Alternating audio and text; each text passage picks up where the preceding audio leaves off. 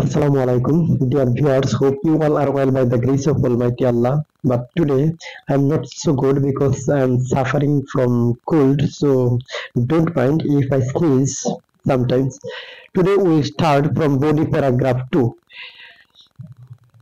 Now it's your turn to write body paragraph 2 following the same template of body paragraph 1.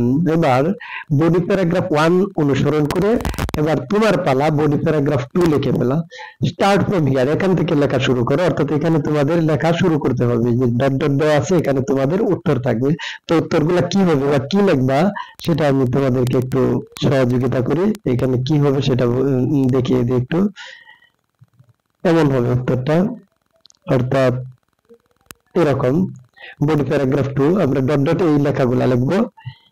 Immediate feedback and clarification are two mentionable aspects of face-to-face learning which is not possible in online learning.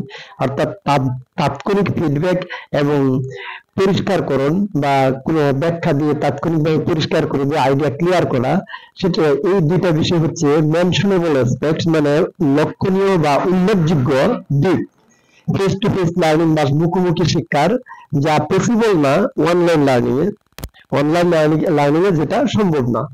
In traditional classroom students can ask questions directly. গতানুগতিক ক্লাসরুমে স্টুডেন্টরা সাধারণত সরাসরি প্রশ্ন করে থাকে। Seek explanation and engage in discussion in real time, এবং তারা ব্যাখ্যা খুঁজে বা ব্যাখ্যা চায় প্রত্যাশা করে এবং আলোচনায় অংশ নেয় বাস্তব সময়ে। This direct interaction with the teachers and peers allows for a deeper understanding of the subject matter. এই সরাসরি ইন্টারাকশন মানে হচ্ছে কি মিথস্ক্রিয়া, অর্থাৎ পারস্পরিক যে ক্রিয়াকলাপ সেটাকে বলা হয় মিথস্ক্রিয়া। টিচার এবং পিয়ারের সাথে, শিক্ষক এবং সতীর্থদের সাথে সেটা আরো গভীর বোঝাপড়ার বিষয়, অর্থাৎ কোনো বিষয় নিয়ে আরো গভীরতর বুঝতে সহযোগিতা করে গভীরতর ভাবে। But in online learning the response time can be delayed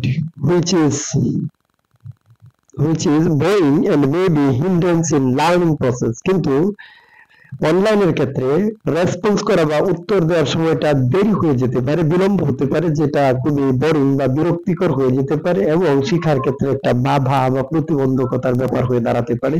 so for immediate feedback, তাই তাৎক্ষণিক প্রতিক্রিয়ার জন্য, এন্ড ক্লারিফিকেশন পরিষ্কারকরণের জন্য, এন্ড ডিরেক্ট ইন্টারাকশন সরাসরি মিথস্ক্রিয়ার জন্য, face to face learning is more effective than online learning. অর্থাৎ অনলাইন লার্নিং এর চাইতে সামনাসামনি বা মুখোমুখি শিক্ষাটা বেশি কার্যকর, ইত্যাদি বিভিন্ন কারণে। This is the body paragraph 2। এবার আমরা পরবর্তীতে আবার মেইন বইয়ে যে লেখা আছে সেই লেখায় আমরা চলে যাই, টেক্সট বইয়ে চলে যাই। টেক্সট বইয়ে যতটুকু আছে আমরা আবার দেখে নিই। টেক্সট বইয়ে আমরা আনসারটা দিলাম এখানে ডট ডটে। It's time to right body paragraph 3। এবার বডি প্যারাগ্রাফ 3 লেখার সময়, এটা অবশ্য তারা লিখিয়ে দিয়েছে বডি প্যারাগ্রাফ 3, আমরা শুধু পরে একটু বুঝে নিই।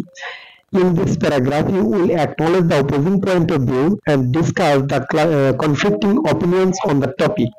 এই প্যারাগ্রাফে তুমি বিরুদ্ধ মতামতগুলোকে স্বীকার করে নেবে এবং আলোচনা করবে দ্বন্দ্ব বা যেগুলা সমস্যার সংকটপূর্ণ মতামতগুলা যেগুলো আছে বিষয়ের উপরে যেগুলা কনফ্লিক্টিং অপিনিয়ন্স আছে, অর্থাৎ পরস্পর বিরোধী মতামতগুলো, সেগুলা নিয়ে তুমি আলোচনা করবে পরস্পর বিরোধী মতগুলা নিয়ে, rather than explaining how these differing opinions are wrong outright মানে হচ্ছে fully, অর্থাৎ বিভিন্ন বা বিরুদ্ধ মতামতগুলো কিভাবে সম্পূর্ণরূপে বিপরীতধর্মী বা ভিন্ন সেটা এক্সপ্লেন করার পরিবর্তে বরং তোমার লক্ষ্য করা উচিত, ইউ শুড নোট মানে তোমার লক্ষ্য করা উচিত, how opinions that do not align with your thesis might not be well informed or how they might be out of date. কিভাবে মতামতগুলা তোমার থিসিস বা বিষয়ের সাথে সামঞ্জস্যপূর্ণ নয়, সুবিদিত নয় এবং সেগুলা অকার্যকর বা অপ্রচলিত, সেই বিষয়গুলো প্রুফ করতে হবে। So let's start writing. সুতরাং চলো লেখা শুরু করি। Use the following template to write the body paragraph 3। Body paragraph 3 লেখার জন্য তুমি নিচের টেমপ্লেটটা অনুসরণ করতে পারো। টেমপ্লেটটা কি? কাউন্টার আর্গুমেন্ট থাকলে অর্থাৎ পাল্টা যুক্তি, point out what other people say that opposes your argument, নির্দেশ করে ওইগুলো যা অন্য লোক বলে তোমার যুক্তির বিরোধিতা করে, অর্থাৎ অন্যরা যা বলে তোমার যুক্তির বিরোধিতা করে সেই বিষয়গুলো তুমি নির্দেশ করো, ওইখানে টাচ করতে হবে, পয়েন্ট আউট করো। Template some may argue that, কেউ কেউ যুক্তি প্রদর্শন করতে পারে যে, এভাবে লেখা শুরু করলাম। উই মে রাইট, আমরা লিখতে পারি some may argue that with the advancement of technology online class will be the best option for learning as they are flexible and less expensive. কেউ কেউ যুক্তি প্রদর্শন করতে পারে যে, কি যুক্তি প্রদর্শন করতে পারে? প্রযুক্তির উৎকর্ষের বা অগ্রগতির ফলে অনলাইন ক্লাস ভালো বিকল্প হতে পারে শেখার ক্ষেত্রে, as they are flexible and expensive, যেগুলো নমনীয় বা সহজে পাওয়া যায় এবং কম ব্যয়বহুল। নমনীয় বা সহজ এবং কম ব্যয়বহুল। তারপরে বলছে কনসিড এন্ড রিফিউট, অর্থাৎ স্বীকার করে নাও এবং কি করো? রিফিউট মানে যুক্তি খণ্ডন করো। It shows that you respect the opposing point of view by acknowledging it, এটা দেখায় যে তুমি বিপরীত মতামতগুলোকে সম্মান জানাচ্ছ, সেগুলোকে স্বীকার করে। বাট দেন প্রুভ দ্যাট, কিন্তু তারপরে তুমি এটাও প্রমাণ করো যে it is wrong and that you are right, তাদেরটা ভুল এবং তুমি সঠিক পথে আছো বা তোমার যুক্তিটা ঠিক, সেটা প্রমাণ করো। কিন্তু প্রথমে বিরুদ্ধ মতামত গুলা তুমি স্বীকার করে নিবে, তাদেরকে একটা সম্মান দেওয়ার জন্য। বিরুদ্ধ মতামতদেরকে, বিরোধী যুক্তিগুলোকে বা বিরোধী পক্ষকে, প্রতিপক্ষকে সম্মান দেওয়া, এটা জাস্ট।